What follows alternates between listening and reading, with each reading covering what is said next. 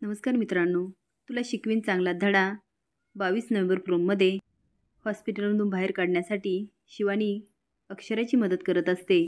पण इकडे मात्र भुवनेश्वरी वेगळ्याच दुनियेत असते. ती चारुसला इमोशनल करून लग्नाला तयार करते. त्याला अक्षरावर पूर्ण विश्वास असतो आणि चारूच्या बोलण्यामध्ये त्याला कधीकधी भुवनेश्वरी जाणवते. पण तो चारूच्या प्रेमामध्ये एवढा गुंतलेला असतो की त्याचं मन मान्यच करायला तयार होत नाही. चारू हीच भुवनेश्वरी आहे. आता मेहंदीनंतर हळदीच्या कार्यक्रमाची तयारी सुरू होते. आता लग्न होणार याने भुवनेश्वरीचा जीव पुन्हा भांड्यात पडतो आणि आजीच्या आनंदाला तर उधाणच येतं.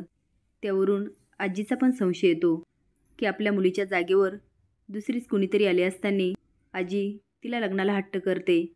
हे जरा पचायला जड जातं.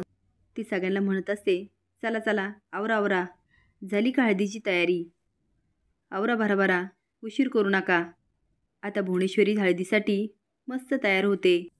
कारण लग्न न झालेल्या भुवनेश्वरीला लग्नाची सगळीच मजा घ्यायची असते. पण नेमकी होतं उलटं.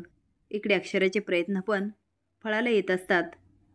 आता होणार मोठा धमाका. हे बघण्यासाठी लाईक आणि सबस्क्राईब करा. धन्यवाद.